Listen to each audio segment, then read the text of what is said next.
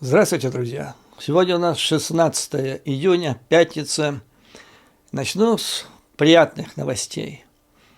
По имеющимся данным, поступающим из Лондона, правительство Великобритании будет официально рекомендовать Бена Уоллеса, нынешнего министра обороны страны, на пост следующего генерального секретаря НАТО, который, как предполагается, освободится уже в сентябре этого года. Мы все хорошо знаем Бена Уоллеса, какую роль он сыграл в оказании поддержки своей страны и вообще международной поддержки борьбы Украины против российского захватчика. Человек, который относится к своим обязанностям не просто формально, не просто как хороший бюрократ, он душу отдал этому до такой степени, что фактически у него из-за этого распалась семья. Жена сказала: «Украина тебе дороже, так оставайся же с ней», и ушла. Я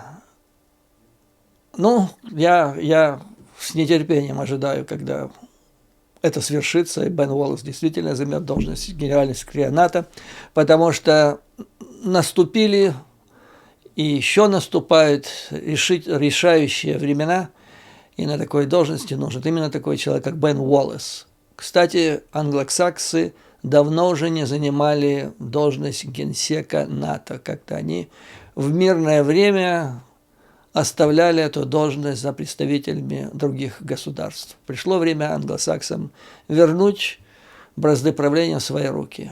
Борис Джонсон, который раньше, я вам говорил, когда он собирался уходить с поста премьер-министра, говорил, что он рассчитывает стать или планирует стать следующим генсеком НАТО. Не получилось. Борис Джонсон, тоже большой друг Украины, заканчивает свою политическую жизнь. Из-за чего заканчивает? С одной стороны, он не вовремя попил виски со сотрудниками своего аппарата. Это было во время ковида, когда вся страна должна была подчиняться жестким правилам, никаких коллективных сборищ. Но даже не это главная причина, что он попил виски с ними. Проблема в том, что после этого, как установила недавно межведомственная парламентская комиссия, он начал совершать, это так вот было оценено, неоднократное посягательство на парламент, намеренно вводя в заблуждение членов парламента своими опровержениями в отношении, как они назвали, партигейт, то есть, как вечеринка-гейт. А затем включился в кампанию оскорблений, запугивания тех, кто раскручивал это дело. Не преступление, кстати. И все. Вот это заключение межпарламентской комиссии двупартийной, не двупартийной, а межпартийной, и привело к тому, что практически политического будущего у Бориса Джонсона в обозримом будущем нет. По иронии судьбы, вот эти сообщения совпали по времени, я не думаю, что они были, конечно, скоординированы, с сообщениями из Украины. Первое обратила свое внимание своим сообщением Государственная таможенная служба, которая сообщила, что за 23-й год, за прошлый год, тяжелый год войны с агрессором, исчезло 653 партии гуманитарных грузов военного назначения, которые поступали в Украину из-за рубежа. Это как раз то время, когда эта агрессия наглая, беспардонная возмутила весь цивилизованный мир, прежде всего западный мир, и люди, волонтеры, стали собирать вещи, деньги.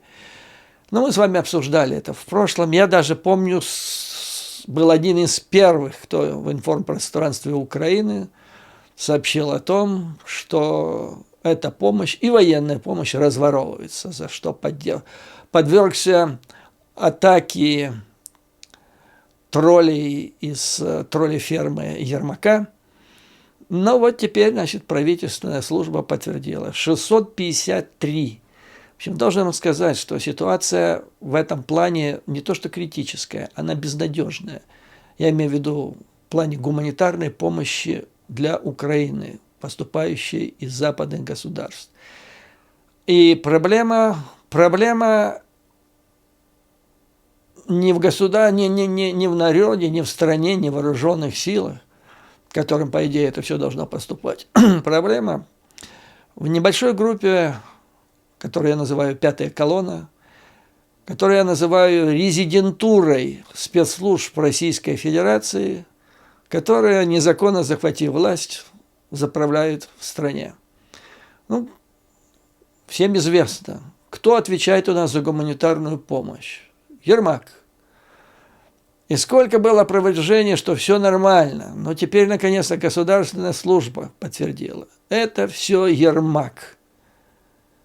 И помнится, были сообщения о том, как в Запорожской и других областях в промышленных масштабах раскрадывалась эта помощь, и с тех пор ничего не изменилось.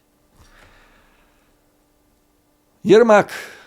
Первая фамилия, которая вот на фоне сообщений о том, что Борис Джонсон потерял свое политическое будущее. Я думаю, что если бы он был ответственный за кражу 653 партий гуманитарных грузов, то просто отстранением его от парламентской работы дело бы не закончилось. Следующее сообщение. Опять-таки государственные органы подтвердили, что в Украине продолжаются проблемы что подтвердили как факт о том, что разбазаривание или разворовывание государственного бюджета, состоящего в значительной степени из инъекций иностранных партнеров. Ну и, в частности, речь шла о 17 золотых яйцах министра Резникова, который нагло врал, что это ИПСО, что это все придумал Черчилль в 18 году, да, вернее, ФСБ придумала в Кремле.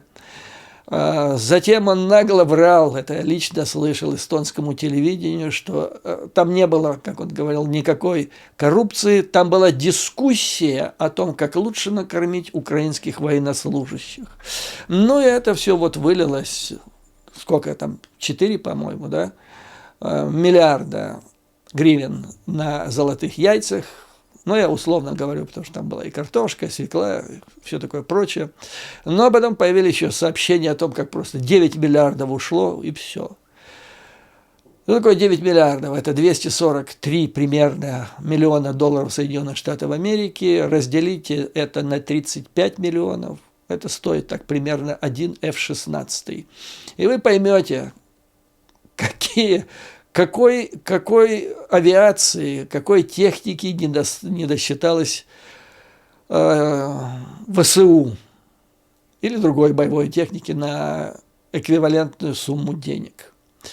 Ну вот, то есть, с одной стороны, Борис Джонсон – это страна НАТО, это настоящая европейская страна, в которой политики вот подвергаются такому контролю и наказываются за ложь, за то, что там попили, ну, собрались, ну, попили, подумаешь тут.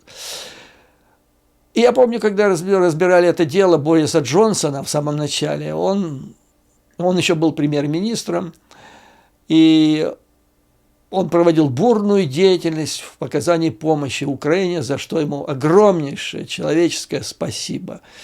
И когда к нему приставали там с этими вопросами на родине, как там насчет вечеринки, он говорил, ну типа, не на часе, ну не время сейчас, большие дела решаем, война самая крупная в Европе после Второй мировой войны, мы играем главную роль, видите, я вон в Киев только что съездил, сейчас возвращаюсь, сейчас очередной пакет готовим. Не на часе, мне ему сказали на часе, потому что руководящее лицо государства, особенно в такой важный, переломный момент, как война, крупнейшая война в Европе после Второй мировой, политик должен быть кристально чистый. Даже не врать. Я не говорю уже о о массовом грабеже, о мародерстве. Поэтому вот разговоры не на часе, это неправильные разговоры, совершенно неправильные.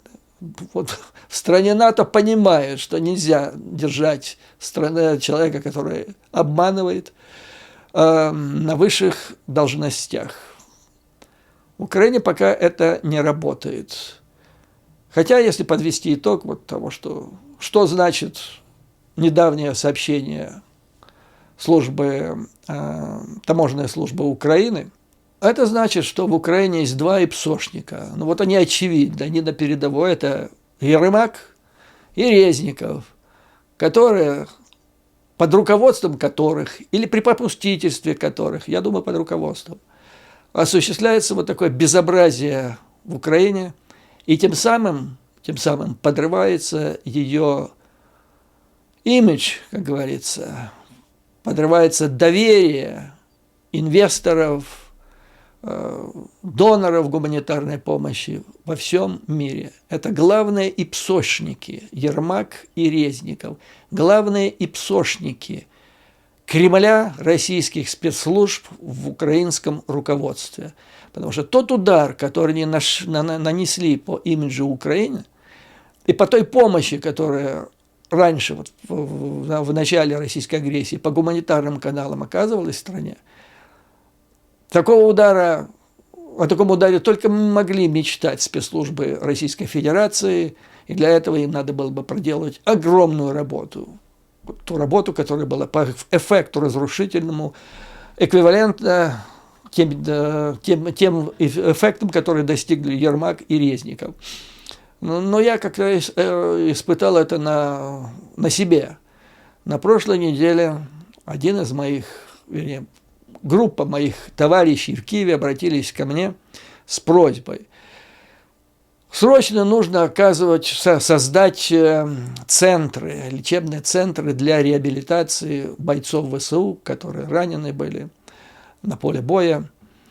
И для этого нужны деньги, нужны доноры, нужна гуманитарная помощь. У них уже есть представители в Европе, в Соединенных Штатах Америки.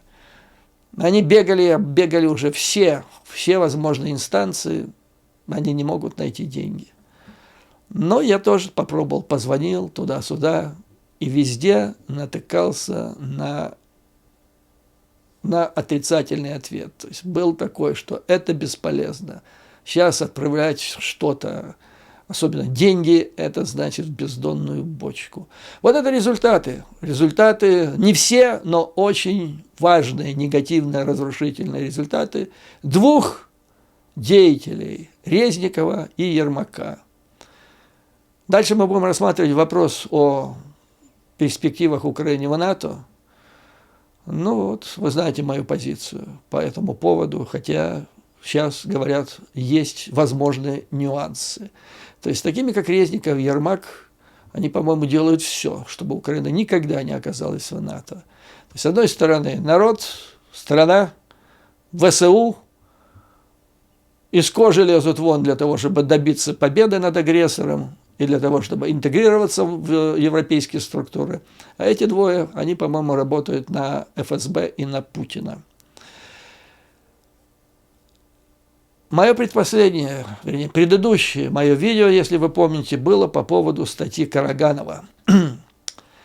И я не случайно обратил ваше внимание на эту статью, потому что в Соединенных Штатах за вчерашний день она привлекла самое пристальное внимание. По этому поводу очередным своим исследованием разразился Саймон Херш. Я тоже вам о нем рассказывал. Это тот человек, который в свое время написал, что это не россияне взорвали Северный поток, обвинил в этом правительство Соединенных Штатов Америки. Но должен сказать, что в Америке есть два журналиста, лауреата Пулитцеровской премии. Он, по-моему, не одну, а две даже Пулитцеровские премии получил. То есть это известнейший расследовательский журналист Соединенных Штатов Америки. И два их, есть еще Билл Гёртс, которые могут похвастаться такими колоссальными связями в разведывательном сообществе Соединенных Штатов Америки. И хотя бы с этой точки зрения их мнение должно привлекать внимание. И, как оказалось, вот он в своей статье пишет, что он говорил с представителями правительственных структур, и эти представители рекомендовали каждому политику, каждому, значит, функционеру, бюрократу, чиновнику, который занимается внешней политикой, а также всяким экспертам, исследователям, внимательно прочитать эту статью Караганова. Ну, мы с вами разбирали эту статью уже. Я хотел бы обратить внимание на то, на что американцы обратили внимание. И подвести, так сказать, резюме. Американцы не совсем, по-моему, поняли, но в целом реакция была правильная. А этой реакции мы поговорим дальше. Итак, главный вывод, на что обратили внимание в правительственных структурах и прежде всего в разведсообществе Соединенных Штатов Америки, о чем пишет Херш, это то, что, исходя из статьи, война между Россией и Украиной не закончится, даже если Россия одержит сокрушительную победу над Украиной. Потому что после того, как Россия победит в Украине, если она победит, дальше ей придется воевать с Западом, потому что Запад такой плохой, он никак не оставит Российскую Федерацию. По его словам, для того, чтобы вообще победить Россию, освободиться от страшной смерти, которую уготовил коварный Запад для нее, она должна, первое, победить Украину, второе, победить Запад. Ну, это нужно делать практически одновременно. Таким образом, значит, нет смысла, вообще так получается из статьи Херша, как это поняли американцы. Кремль не видит смысла долго воевать с Украиной, нужно нанести удар по США, по странам НАТО. То есть получается, что проблема для Кремля победы над Украиной, она неотделима от победы Запада. Кремль сознательно поместил США, все НАТО, Украину в одну лодку и собрался побеждать их. Вернее, как? Надо. Вот так они себя загнали в угол, бункерный. Почему привлеклась статья именно Караганова? Потому что, в отличие от российских пропагандистов, от бункерного, который давно, знаете, шалит этими угрозами ядерными, и он уже надоел, Караганов, он как классный агент, а я вам рассказывал, что он агент, по крайней мере, 1974 года, когда его в первый раз по окончании МГУ его отправили в Нью-Йорк стажироваться в Совете Безопасности, в Совбезе, в аппарате Совбеза ООН. Так вот, чрезвычайно умный человек, построил себе великолепную репутацию в западных аналитических, да и политических кругах. И поэтому вот его откровения, они были как бы шоком для всех. При этом интересно, вот что они, судя по всему, что Запад не заметил. Значит, он в шоке. Как может быть? Вот пишет Билл Гертс, что еще прошлым летом, давая интервью Сержу Шмеману, это человек, который знает, он был корреспондентом в Москве еще во времена Советского Союза, 80-е годы, и знает Караганова еще с тех времен. И вот он взял у него прошлым летом интервью, и там Караганов говорил о том, что его больше всего беспокоит растущая вероятность глобального термоядерного конфликта, который положит конец истории человечества. То есть этот борец был, он должен быть борцом против возможности развязывания термоядерного конфликта. А тут на тебе, вот как это могло произойти? И, знаете, у меня такая шальная мысль возникла. Ну, во-первых, он флюгер, конечно. То есть я вам рассказывал, сколько раз он менял стратегический вектор своего мышления в связи с изменением политики партии. Так вот, он знает, что он пишет. Это не, так сказать, не то, что его осенило. Вот он стал совсем другим человеком с лета прошлого года. Просто ему дали очередное задание, и он его выполнил. Но вот здесь интересная мысль у меня возникла. Он же болтался в 80-е годы по Америкам, скажем так, неоднократно бывал там. После развала Советского Союза он долгое время работал здесь в комиссии, которая финансировалась фондом Рокфеллеров. Международная, по-моему, консультативная комиссия. Потом в Европе, в Германии, кажется, если не ошибаюсь, он долгое время работал. Но не могли мимо него пройти представители славного Центрального разведывательного управления Соединенных Штатов Америки. И когда я его читал, у меня было такое впечатление, что это агент американский, который, ну, как азбукой Морзе, через вот эту статью в профиле, передает важный месседж ребятам из Лэнгли. Ребята, это все фигня, то, что я пишу. Вы должны понять, что это блеф, что этого не случится. Почему?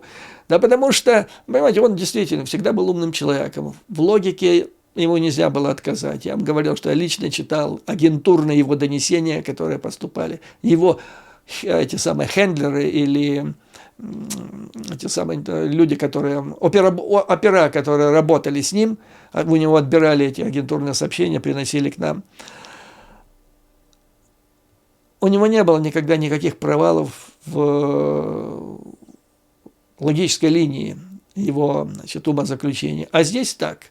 Он пишет, что, в конце концов, если вы помните, я вам говорил, что мы вынуждены будем нанести ядерный удар, если 22 ступеньки блефа не сработают, мы должны будем нанести ядерный удар по нескольким странам Запада, ну, в общем, всем тем странам, у которых есть ядерное оружие, США, Франция и Великобритания.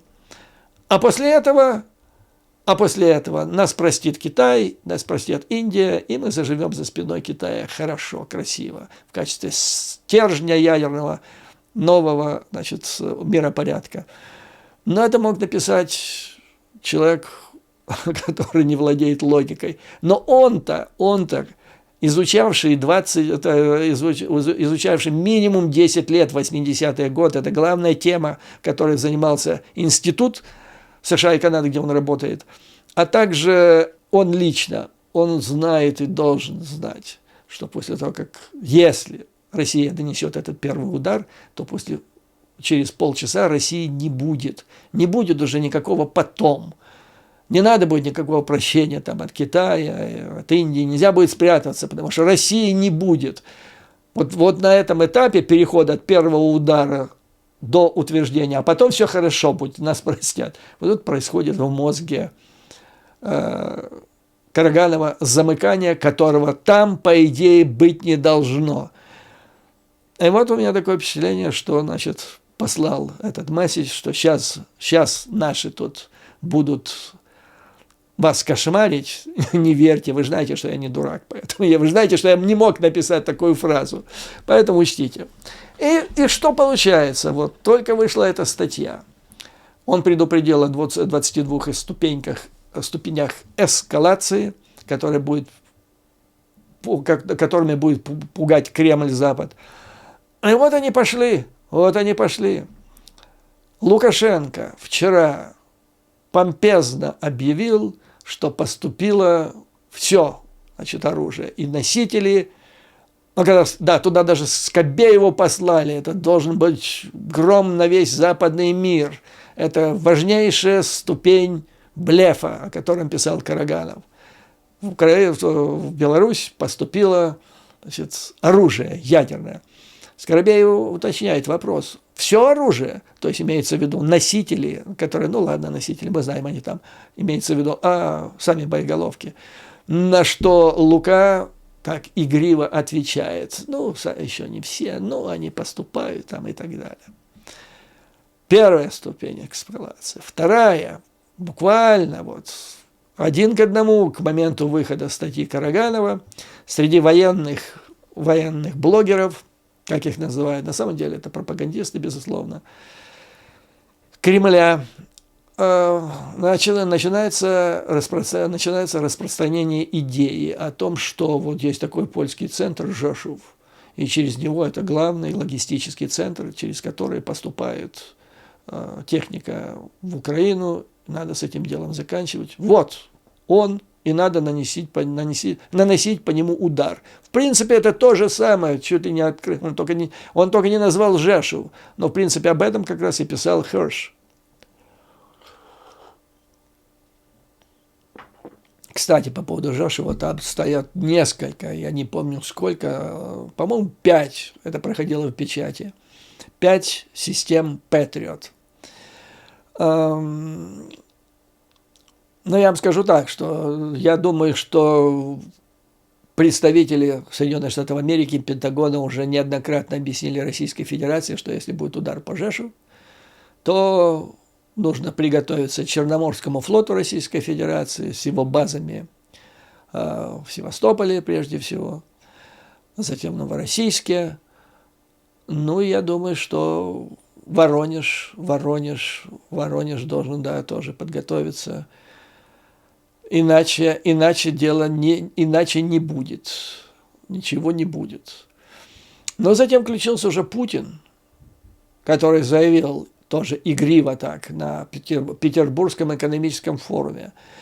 Значит, там он порассказывал, что они уничтожили аж 5 систем Patriot под Киевом, поэтому им ничего не стоит уничтожить любое здание.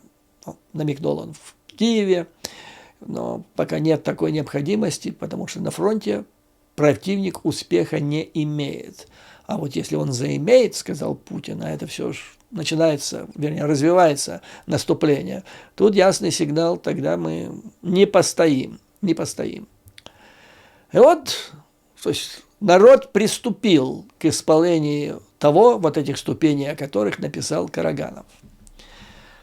Послав сигнал, что, ребята, вы же знаете, что я не идиот, поэтому удара не будет. Ну, посмотрим как. Во всяком случае, я так полагаю, Запад, и дальше вот сейчас мы проследим, судя по реакции, по дальнейшим событиям, Запад отвечает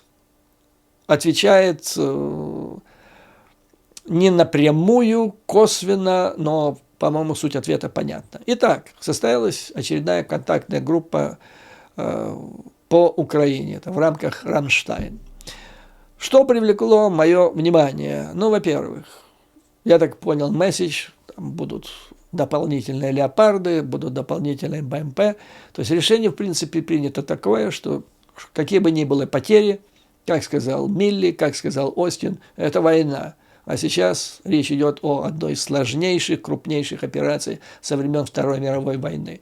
Поэтому неизбежно будет поражаться техника. То есть все, что надо будет в плане этой техники, бронетехники, Украина получит. Дальше.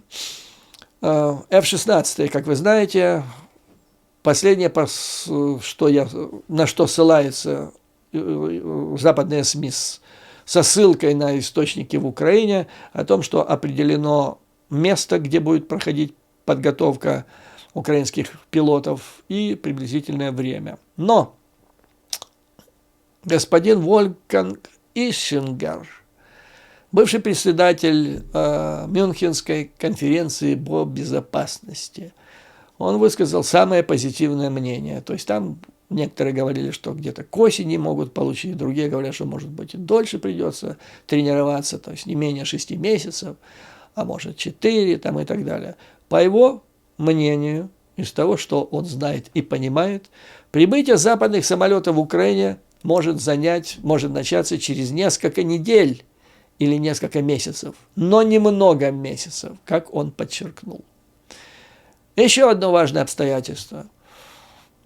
Понимая, что один из острейших вопросов сейчас, собственно говоря, для обеих сторон, и для Украины, и для Российской Федерации, это вопрос боеприпасов, образовывается инициатива НАТО, в рамках которой создается многонациональный склад боеприпасов, куда входят, он открыт, это неформальная организация, хотя вот 16 же июня Германия, Болгария, Дания и Люксембург подписали в Брюсселе соглашение о присоединении к этой инициативе НАТО, согласно которому, значит, каждая страна, каждый участник этой инициативы будет вносить свой вклад в обеспечение ВСУ так остро необходимой АМО, как они это называют, амуниции, боеприпасов.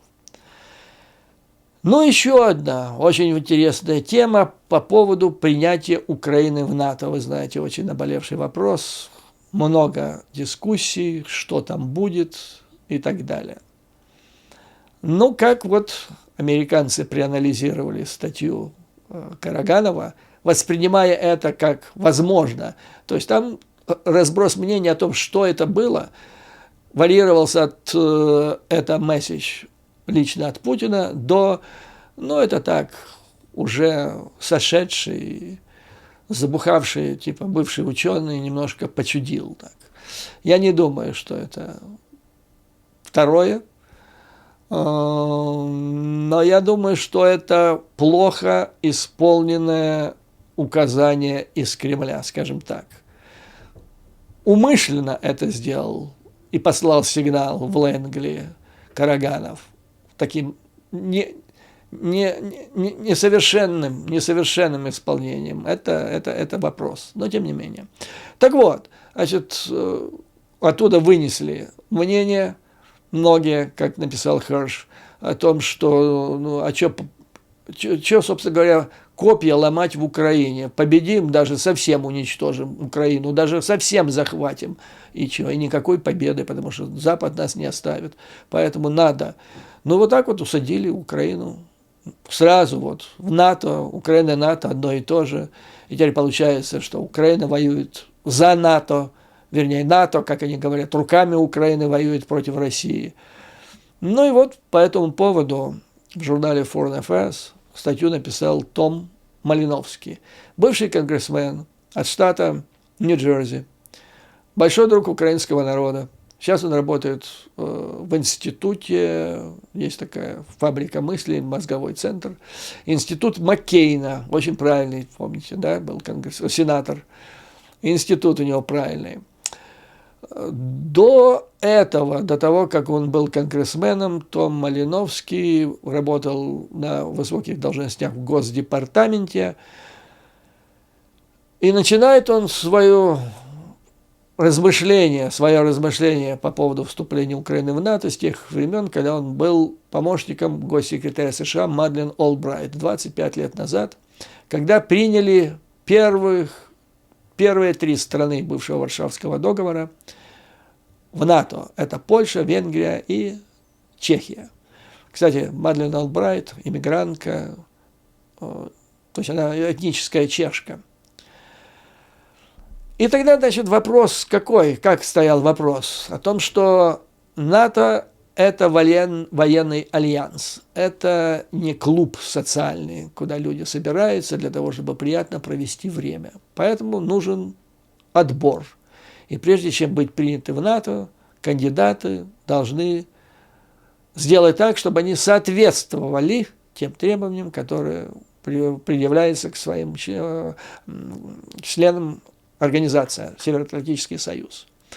Они должны были внести свой вклад в выполнение военных и политических задач в НАТО, не обременяя НАТО ненужными, присущими только им проблемами, такими как, ну, здесь вот речь идет о конфликтах, пограничных спорах. Он особо сейчас тут не говорит по поводу коррупции и иностранной агентуры, но это понятно, Таким образом, значит, вот приняли Польшу, Венгрию, Чехию, а затем в 2004 году на повестку дня был поставлен вопрос о принятии стран Балтии: Эстония, Латвия, Литва. Это первое государство, которые раньше входили в состав Советского Союза. Приняли их в ЕС, в НАТО, но, как пишет Том Малиновский, он даже не думал тогда, что когда-либо Украина станет полноценным членом НАТО. То есть об этом тогда он не мог даже представить такой вариант. Почему? Потому что, серьезные проблемы с коррупцией и демократическим управлением.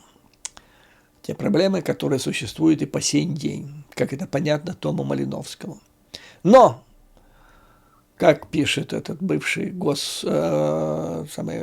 конгрессмен, полномасштабное вторжение России и героическая защита Украины, основополагающих ценностей НАТО, не только НАТО, всего мира западного, она изменила все. Теперь, оказалась следующая ситуация. Фактически Украина оказалась форпост, первая линия войны, сражения между силами добра, силами зла, о котором мы неоднократно говорили. То есть она уже сражается, как форпост всего западного мира. И не только за себя, но и за ценности всего этого западного мира. И несмотря на то, что есть нерешенные проблемы с коррупцией и демократическим управлением, сейчас есть весь смысл принять Украину, не дожидаясь окончания войны.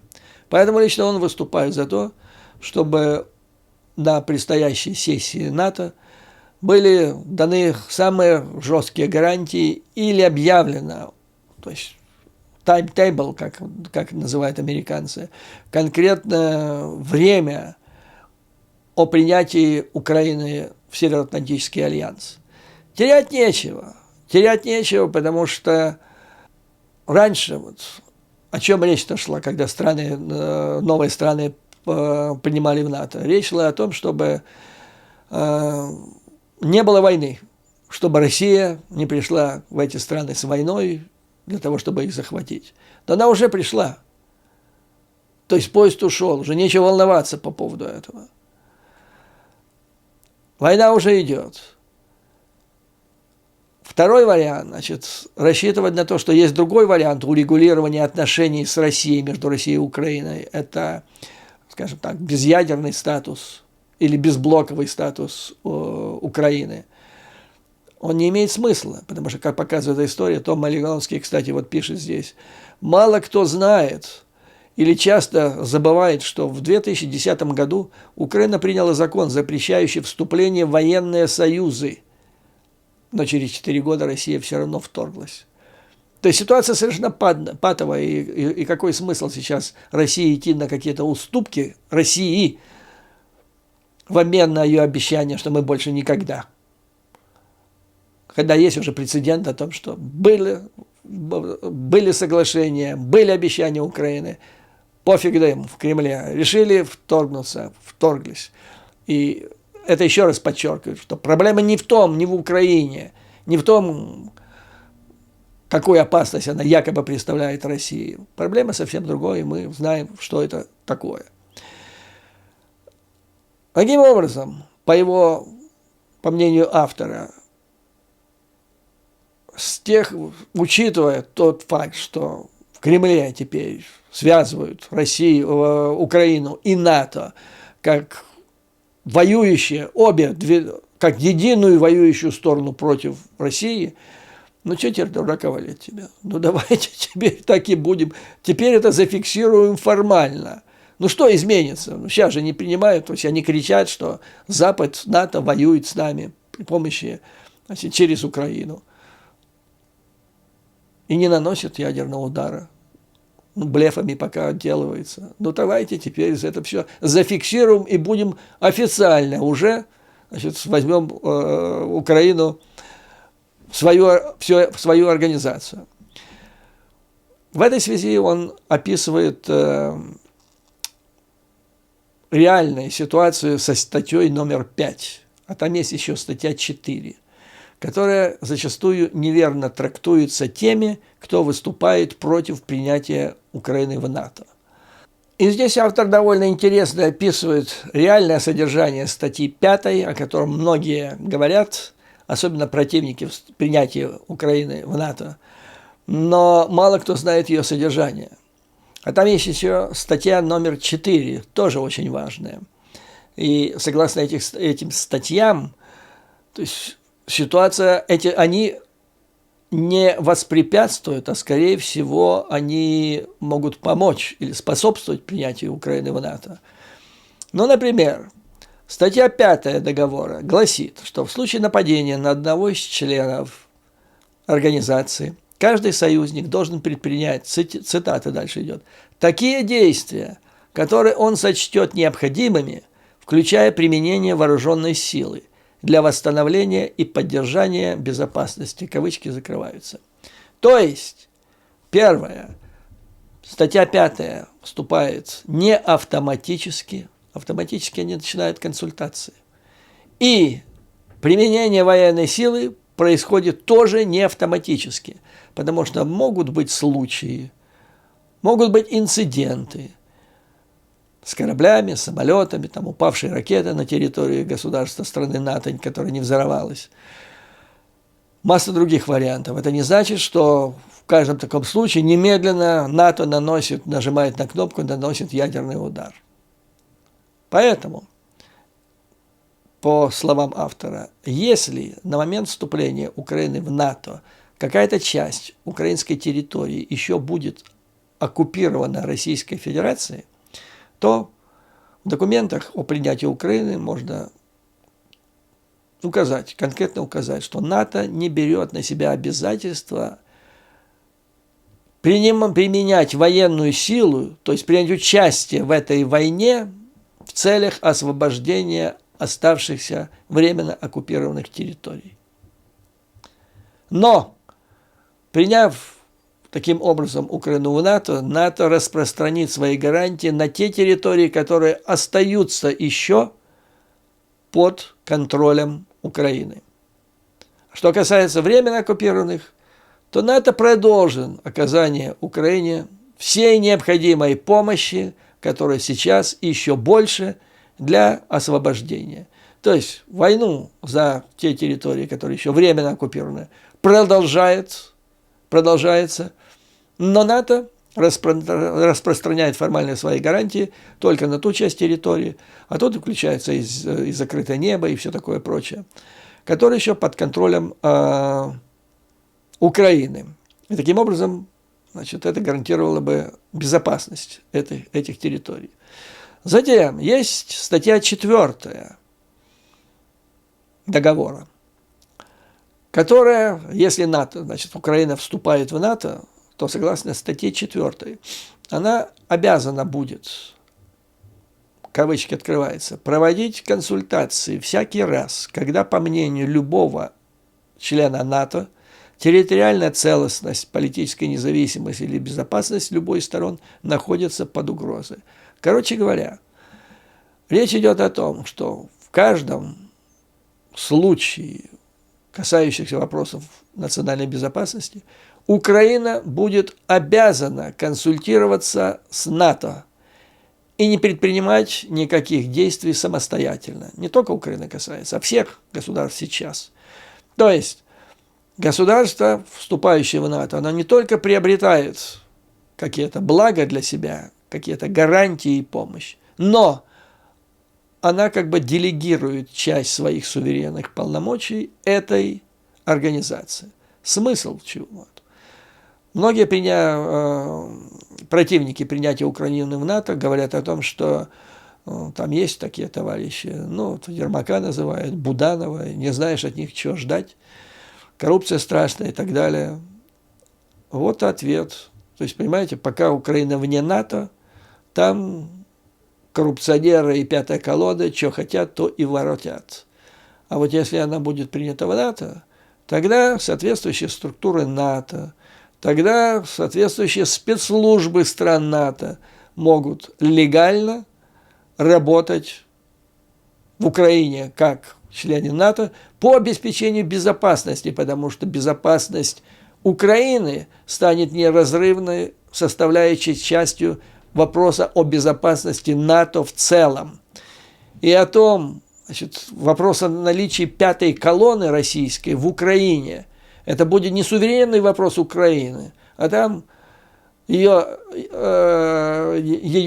так называемые правоохранительные органы там сидят и ничего не делают, допустим. Да, это наше суверенное право. Да. Сказали, ему в этот самый в глаза тычут заявлением налоговой службы по поводу 623 исчезнувших поставок. Они говорят, да, на часе. А вот если принять, согласно, значит, логике, я считаю, что это правильная логика, то согласно статье 4, это уже не будет суверенный вопрос коррумпированного чиновничества Украины и пятой колонны. Это вопрос будет безопасности НАТО. И таким образом вся эта организация, все ее структуры совместно с здоровыми силами в Украине и совместно со всем украинским народом, который, я уверен, всецело, ну, за исключением тех, которые на подтанцовках у Ермака или смахивают крошки с его стола. Значит, все остальные, я думаю, поддержат это положение единогласно. Вот вам и иностранная помощь. Во всяком случае, это то, что я увидел. Значит, вот в этой статье, номер 4 в статье Тома Малиновского. Это, да, с моей точки зрения, это имеет смысл. Поэтому получается, что если принять Украину, не дожидаясь, пока Украина сама справится с проблемой пятой колонны и с коррупцией, ну, да, во-первых, тогда принятие Украины в НАТО станет вопросом уже ближайшего будущего. Иначе, ну, вы сами, сколько вы мне пишете в своих, значит, сообщениях, в своих имейлах, что многие в отчаянии считают, что вопрос практически нерешаем с избавлением от коррупции. Но вот мне кажется, что 4 статья помогает решать, во всяком случае, может стать одним из вариантов решения этой проблемы. Ну и надо помнить о примере бывшего диктатора или правительства Панамы Норьеги, который тоже был вась-вась, все было хорошо, и с ЦРУ у него, и с Белым домом. А потом, когда распоясался, высадился, по-моему, тогда это была 101-я воздушно-десантная дивизия, оккупировала всю Панаму-Сити, схватили его за руки, за ноги и вытащили. Таким образом, статья Малиновского, она фактически является ответом. Я не уверен, что они появились одновременно. Может быть, еще раньше до Вашингтона поступали сигналы еще до статьи Караганова. А вот эта стратегическая мысль о том, что теперь нет смысла России воевать только против Украины, и что если даже мы разгромим Украину, то мы никуда не денемся, и дальше будут Соединенные Штаты, и они подводят под эту теоретическую базу. Ну что ж, раз вы так хотите, ну, тогда мы и формализуем наши отношения с Украиной. Так что ждем. Я знаю, что есть масса противников идеи о принятии Украины в НАТО еще в ходе боевых действий. Но мне кажется, что мысль господина Малиновского, она имеет смысл. Вот на этом, господа, я хотел бы закончить эту часть своей программы. Следующее я вам хочу представить ваше внимание. Я это сделаю отдельным видео, скорее всего, сегодня же. Это анализ холодный, беспристрастный, может быть, циничный анализ военный, политический, разведывательный, как хотите, из Вашингтона, согласно которому победа Украины в этой войне, сколько бы этого ни длилось, для ее достижения, должна быть стратегической задачей Соединенных Штатов номер 1. И для того, и в противоборстве, если Соединенные Штаты вообще хотят за собой сохранить мировое лидерство и как-то так приструнить Китай, сначала нужно решить вопрос с путинской Россией путем ее разгрома. И здесь достаточно цинично в этом материале объясняется чисто с практической, с точки зрения циничной логики, почему это должно быть именно так. Текст очень сложный, интересный и свидетельствует о том, это, так сказать, поддержка с другой стороны. Почему Украина должна, значит, победить и почему она должна быть принята в НАТО. Иначе второго пути нет. Это я им сделаю в следующем, значит, выпуске, который последует вслед за, значит, вот нынешним. И на этом, дорогие друзья, позвольте закончить это видео. И, как всегда, слава Украине и вооруженным силам. Враг будет разгромлен, победа будет за нами. А вам, дорогие друзья, выдержки, мужества и твердой уверенности в нашей неизбежной победе. До новых скорых встреч!